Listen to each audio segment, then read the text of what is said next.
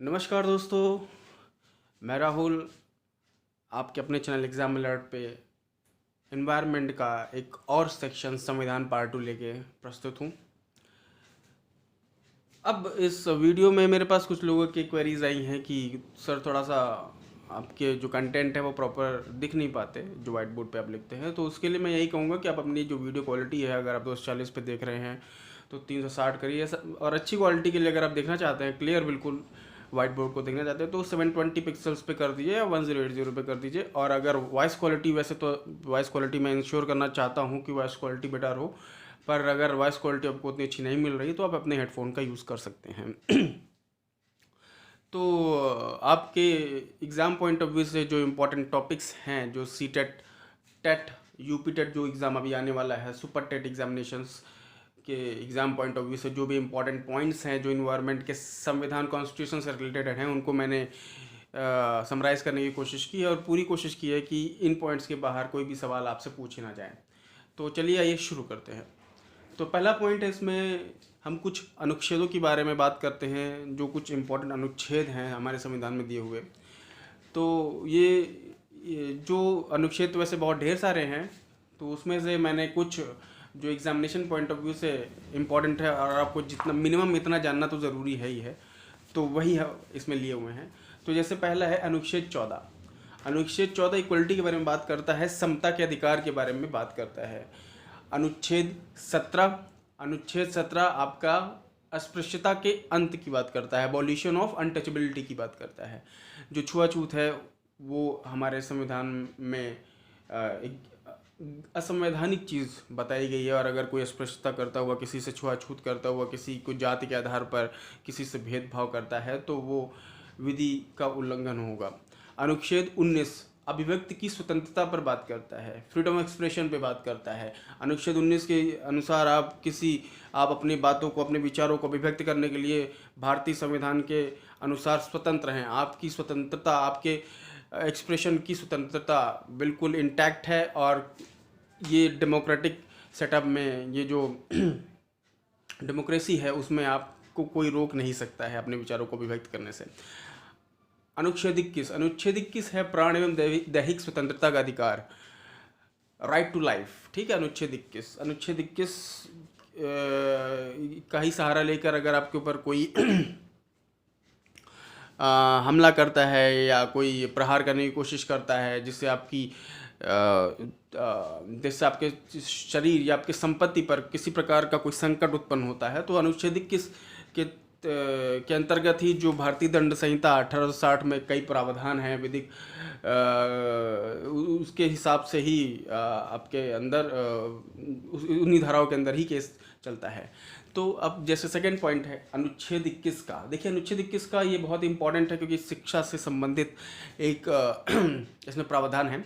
अनुच्छेद 21 का, इसको 86वें संविधान संशोधन अधिनियम 2002, इसके तहत संविधान में जोड़ा गया था। 86 कॉन्स्टिट्यूशनल अमेंडमेंट एक्ट 2002 के थ्रू आर्टिकल 21A 21 का इसको हम लोगों ने जोड़ा था। और इसके अनुसार राज्य, ये जो स्टेट है, राज्य जो होता है वो 6 से 14 वर्ष के आयु के समस्त बच्चों, देखिए ईयर्स बहुत इंपॉर्टेंट हैं, from 6 to 14 years of age bracket, समस्त बच्चों को निःशुल्क एवं अनिवार्य शिक्षा, देखिए निःशुल्क एवं अनिवार्य शिक्षा, ठीक है, निःशुल्क शिक्षा देना ये राज्य का कर्तव्य है। तो राज्य की ड्यूटी है कि आप 6 से 14 वर्ष के बच्चों को आप एक फ्री एंड कंपलसरी एजुकेशन दीजिए, निःशुल्क एवं अनिवार्य शिक्षा। अब तीसरा पॉइंट है अनुच्छेद 32 के बारे में बताता है। अनुच्छेद 32 को हम आगे भी थोड़ा सा डिटेल में पढ़ेंगे, अभी थोड़ा सा इसका ग्लिम्स ले लेते हैं क्या है। अनुच्छेद 32 है जो कि संवैधानिक उपचारों का अधिकार के बारे में बात करता है कि संवैधानिक उपचारों का अधिकार क्या है। तो संवैधानिक उपचारों का अधिकार के बारे में अनुच्छेद 32 जो बताता है, उसके हिसाब से जो मौलिक अधिकार आपको संविधान में दिए गए हैं, फंडामेंटल राइट्स जो दिए गए हैं, उनको प्रवर्तित कराने के लिए समुचित कार्रवाई द्वारा उच्चतम न्यायालय में आवेदन करने का अधिकार है। मतलब अगर आपके मौलिक अधिकारों का कहीं पे हनन होता है, तो वहाँ पे आपको लगता है कि आपके मौलिक अधिकारों का हनन हुआ है, और तो इस हनन के विरुद्ध आप उच्चतम न्यायालय यानी सुप्रीम कोर्ट में जाके आवेदन करने के अधिकारी हो जाते हैं। अनुच्छेद 32 आपको अधिकार देता है कि आप वहाँ जाके ये कर सकते हैं। और ये इसके इसके लिए बहुत सारी डेटों का प्रावधान है, वो हम आगे देख लेते हैं।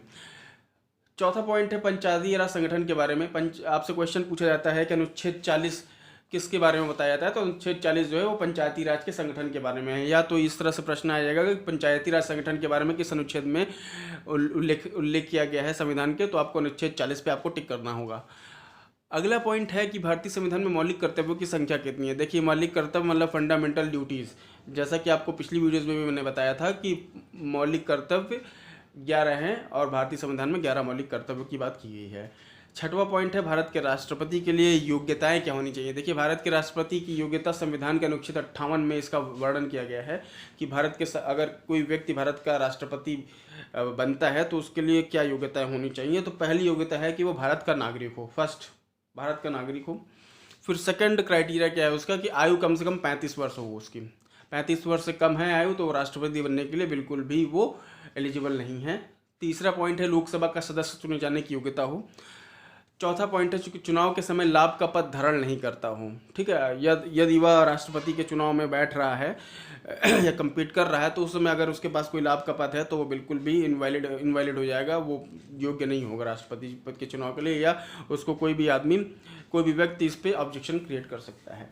सातवां पॉइंट है भारत के नियंत्रक एवं महालेखा परीक्षक कैग, जिसको कहते हैं controller and auditor general, CAG की बात करते हैं कि नियुक्ति किस अनुच्छेद में का वर्णन है। भारत के कैग की नियुक्ति के बारे में किस अनुच्छेद में बताया गया है, तो अनुच्छेद 148 में इसके बारे में वर्णन किया गया है, अनुच्छेद 148 के बारे में।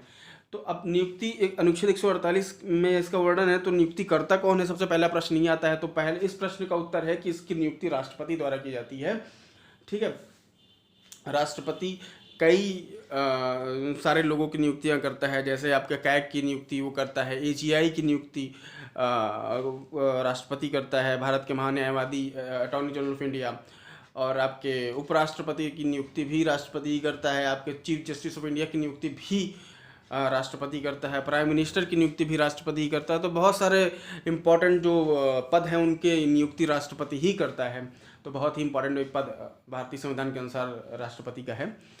अब देखिए, कैग की नियुक्ति के बारे में बात कर ली कि अनुच्छेद 148 है और राष्ट्रपति इसकी नियुक्ति करता है। तो कैग का कार्य क्या है, हल्का सा हम देख लेते हैं थोड़ा बहुत, कि भारत की जो संचित निधि है, संचित निधि मतलब जो बहुत सारे टैक्स जो जमा होते हैं, जो जिस निधि में जाते हैं वो संचित निधि होती है। तो संचित निधि पर जो नियंत्रण होता है वो कैग का होता है।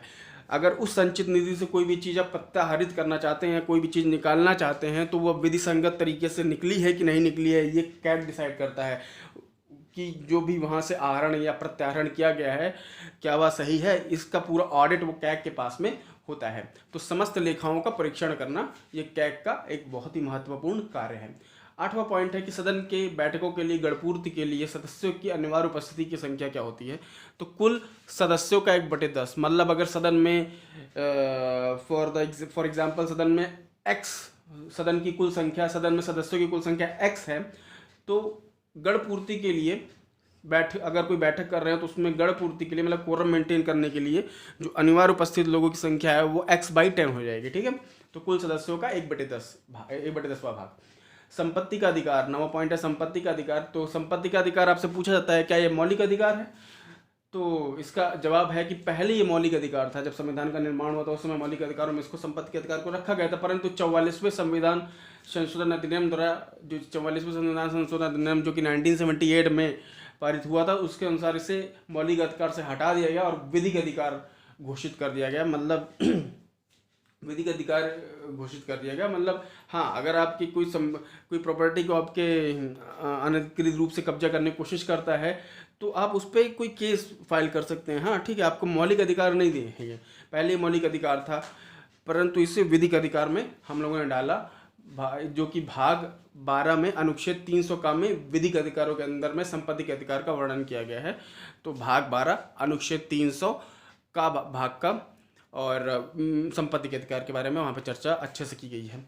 10वां पॉइंट है मौलिक अधिकार, फंडामेंटल राइट्स के बारे में हम बात करते हैं। देखिए, मूलतः जब हमारा संविधान का निर्माण हुआ था तो मूलतः 7 फंडामेंटल राइट्स थे, लेकिन 1978 के 44वें संविधान संशोधन अधिनियम के द्वारा संपत्ति के अधिकार को हटा लिया गया, जैसे कि मैंने 9वें पॉइंट में इस चीज़ का बहुत ही अच्छे से वर्णन किया है। तो देख लेते हैं कि कौन कौन से फंडामेंटल राइट्स, कौन कौन से मौलिक अधिकार हमें मिले हुए हैं। तो जैसा कि मैंने पहले ही बताया है कि पिछली वीडियो में कि पार्ट 1 वाले वीडियो में कि मौलिक अधिकार आपके आर्टिकल 12 से 35 तक में मौलिक अधिकारों का वर्णन किया गया है। आपके अनुच्छेद 12 से अनुच्छेद 35 तक में हमने इसका वर्णन किया है मौलिक अधिकारों का।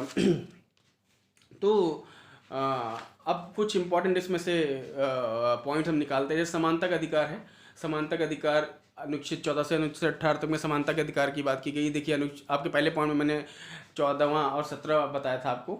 14वां आपका था समता, अनुच्छेद 14 था समता का अधिकार और अनुच्छेद 17 था अस्पृश्यता के अंत के बारे में बताया गया था। तो ये कहीं ना कहीं समानता के लोगों में समानता की बात ही कर रहा है। तो आर्टिकल 14 से आर्टिकल 18 के बीच में जो है इंडियन कॉन्स्टिट्यूशन इंश्योर करता है कि हम every citizen has right of equality, ठीक है, right of equality, right to equality की बात के बारे में बात की गई है। दूसरा पॉइंट है स्वतंत्रता का अधिकार। स्वतंत्रता के अधिकार में हमने अनुच्छेद 19 से अनुच्छेद 22 तक में बात की है स्वतंत्रता के अधिकार में। तो स्वतंत्रता मतलब अब जैसे इस अधिकार में आपका फ्रीडम एक्सप्रेशन की बात मैंने कर ली थी और राइट टू लाइफ की बात भी की थी। स्वतंत्रता का अधिकार है, दैहिक स्वतंत्रता का अधिकार है, ठीक है ना, आपके प्राण की स्वतंत्रता का अधिकार है। तो स्वतंत्रता के अधिकार की बात मैंने अनुच्छेद 19 से अनुच्छेद 22 तक की है। संविधान में शोषण के विरुद्ध अधिकार जो है वो अनुच्छेद 23 से 24 के बीच में है, शोषण के विरुद्ध अधिकार। फिर धार्मिक स्वतंत्रता का अधिकार है अनुच्छेद 25 से 28 तक। ये भी बहुत इंपॉर्टेंट है और प्रेजेंट जिस तरीके से भारत में सिनारियो चल रहा है उसमें से धार्मिक स्वतंत्रता के अधिकार से कोई भी सवाल आपके एग्जाम में पूछा जा सकता है। तो अनुच्छेद 25 से 28 तक में जो भी अनुच्छेद एक अनुच्छेद आप अच्छे से पढ़ लीजिएगा। संस्कृति और शिक्षा संबंधी अधिकार ये अनुच्छेद 29 से 30 के बीच में दिया गया है। इसके बाद आता है संपत्ति का अधिकार। संपत्ति का अधिकार आपका है अनुच्छेद 31 में, जो कि अब नहीं है। जैसा कि मैंने आपको संपत्ति के अधिकार में बताया था कि 44वें संविधान संशोधन अधिनियम 1978 के द्वारा इसे मौलिक अधिकार से हटा दिया गया है। अब नहीं है, इसको हटा दिया गया, अब इसे विधिक अधिकार में डाल दिया गया है। अगला पॉइंट है संवैधानिक उपचारों का अधिकार अनुच्छेद 32। इसको हम डिटेल में डिस्कस कर लेते हैं, जो कि पहले भी मैंने आपको बताया था कि अगर आपके मौलिक अधिकारों का हनन होता है तो आप उस पर समुचित कार्रवाई के लिए जो उच्चतम न्यायालय है उनका दरवाजा खटखटा सकते हैं। तो अगला पॉइंट है संवैधानिक उपचारों का अधिकार अनुच्छेद 32। न्यायालिक अनुच्छेद 32 के बारे में इसमें बात की गई है, जिसमें न्यायालिक रिटों का प्रावधान है। न्यायालिक रिटों का प्रावधान है। अब देख लेते हैं कि कौन कौन से रिट हैं इसमें। तो पहला रिट है बंदी प्रत्यक्षीकरण। बंदी प्रत्यक्षीकरण में हेबियस कॉर्पस की बात हम करते हैं।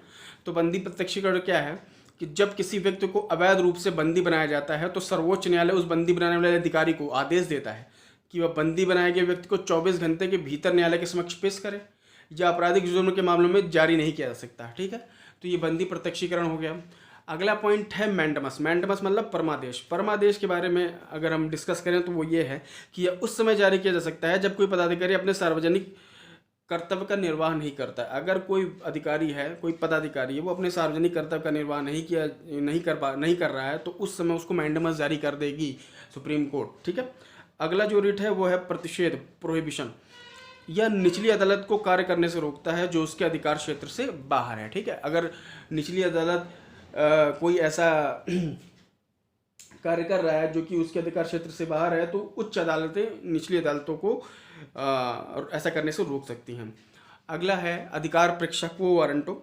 यह एक व्यक्ति को एक जन कार्यालय में काम करने से मना करता है जिसका उसे अधिकार नहीं है। ठीक है, इस मतलब अगर कोई व्यक्ति है वो किसी जन कार्यालय में कार्य कर रहा है और उस कार्य को करने के लिए वो अधिकारी नहीं है तो ये रिट क्वो वारंटो जो है यह उस व्यक्ति को उस कार्य को करने से मना करेगी। अगला है उत्प्रेषण, जो कि जिसको कहते हैं सर्टियोरी। यह तभी जारी किया जाता है जब एक अदालत या न्यायालय अपने न्याय क्षेत्र से बाहर कार्य करता है या निषेध से अलग है और यह कार्य संपादित होने के बाद ही जारी किया जा सकता है। तो इस प्रकार से ये 5 रिटें हैं जो कि आर्टिकल 32 में मेंशन्ड हैं। तो इसमें हल्के हल्का से मैंने एक एक लाइन बता दिया है, तो उसी ज़्यादा इसमें पढ़ना नहीं है क्योंकि अगर आप डिटेल में जाएंगे तो बहुत सारी चीज़ें हैं इसमें, लेकिन उन एक एक पॉइंट से रिलेटेड ही क्वेश्चन अगर आपके एग्ज़ाम में आता है इन रिट्स के बारे में तो उन्हीं पॉइंट्स में के अंदर से ही आएगा। मैंने बहुत इंपॉर्टेंट पॉइंट्स को ही इसमें लिया हुआ है। अगला पॉइंट है कि डॉक्टर भीमराव अम्बेडकर ने आर्टिकल 32 के बारे में क्या कहा है कि article 32 is heart and soul of the constitution, मतलब संविधान की आत्मा एवं हृदय है। तो डॉक्टर भीमराव अम्बेडकर के हिसाब से आर्टिकल 32 जो था वो संविधान की आत्मा एवं हृदय है।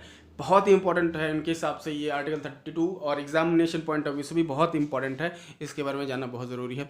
अगला पॉइंट है 10वीं अनुसूची के बारे में। 10वीं अनुसूची के बारे में हम बात करें तो ये 52nd कॉन्स्टिट्यूशनल अमेंडमेंट एक्ट के द्वारा 1905 जो कि 1985 में हुआ था, 52वां संशोधन अधिनियम, उसके साथ जोड़ा गया था। और 10वीं अनुसूची में दल बदल से संबंधित प्रावधानों का उल्लेख है। दल बदल का मतलब जैसे जो हमारी पॉलिटिकल पार्टीज होती हैं, उनके जो सदस्य होते हैं वो अपने पॉलिटिकल एडवांटेज के लिए उस समय पे क्या करते थे कि एक टाइम पे एक पार्टी में, फिर दूसरे टाइम पे दूसरी पार्टी में। तो इसको देखते हुए इस अनुचित लाभ के विरोध में एक दल बदल कानून लाया गया था। दल बदल कानून जो कि 52वें संशोधन अधिनियम के द्वारा संविधान में ऐड किया गया था। 13 पॉइंट है अनुच्छेद 44 के बारे में। अनुच्छेद 44 के बारे में देखिए, इस समय बहुत इंपॉर्टेंट क्वेश्चन ये आ सकता है। नागरिकों के लिए एक समान नागरिक संहिता सिविल कोड के बारे में बात करता है। पीछे काफ़ी इस पे मीडिया में काफ़ी इस पे चर्चा हुई थी।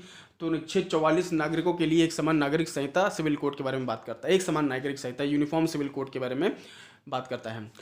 फिर अनुच्छेद 108 क्या है कि दोनों सदनों का संयुक्त अधिवेशन, और दोनों सदनों का संयुक्त अधिवेशन का अध्यक्ष कौन होगा? राष्ट्रपति। देखिए होता क्या है, जब कोई विधेयक अगर निचले सदन में साइन होकर चला गया और उच्च सदन में वो पास नहीं हो रहा है, उच्च सदन ने उसमें कोई अपना कोई रिकमेंडेशन किया या कुछ उसमें इंस्ट्रक्शंस दिए निचले सदन को कि आप ये चीज़ देखिए, ये चीज़ आप ऐड कर सकते हैं, और वो चीज़ दोनों में मतभेद हो रहे हैं, तो राष्ट्रपति चाहे तो दोनों सदनों का संयुक्त अधिवेशन बुला सकता है आर्टिकल 108 के अनुच्छेद 108 के हिसाब से। और जब चुनाव के बाद में पहली बैठक होती है तो उस समय भी दोनों सदन का संयुक्त अधिवेशन होता है, उसका अध्यक्ष राष्ट्रपति ही होता है। और हर वर्ष का जो पहला सत्र जो दोनों सदनों का होता है, उसमें भी ज्वाइंट सेटिंग की बात होती है, संयुक्त अधिवेशन की बात होती है, ज्वाइंट सेटिंग की बात करते हैं हम, और अध्यक्ष उसके राष्ट्रपति ही होते हैं। तो दोस्तों ये इंपॉर्टेंट पॉइंट्स है जो कि संविधान से रिलेटेड आपके एग्जामिनेशन में आए हुए हैं, और मैंने बहुत ही इंपॉर्टेंट पॉइंट्स को ही लिया हुआ है। बाकी अगर आप अपने कमेंट्स में मुझसे ये कहते हैं कि इसमें और डिटेलिंग में जाइए, कॉन्स्टिट्यूशन में और भी क्या चीज़ें हैं, तो वो अगर आपके कमेंट्स आएंगे तो उसको भी हम लोग एसिमुलेट कर लेंगे। तो जो भी आपके कमेंट्स हों वो आप हमें भेजिए, और अगर आपको ये पसंद आ रहा हो हमारा एफर्ट तो आप इसको लाइक करिए, हमारे चैनल को सब्सक्राइब करिए, और अपने दोस्तों में जो नीडी हैं उनको शेयर करिए, क्योंकि जब तक शेयरिंग आप लोग नहीं करेंगे तब तक बात आगे बढ़ेगी नहीं। तो हमारी तरफ से पूरा प्रयास है कि आप एग्जामिनेशन में अच्छे से अच्छे मार्क्स के साथ में सफल हों। Thank you very much guys.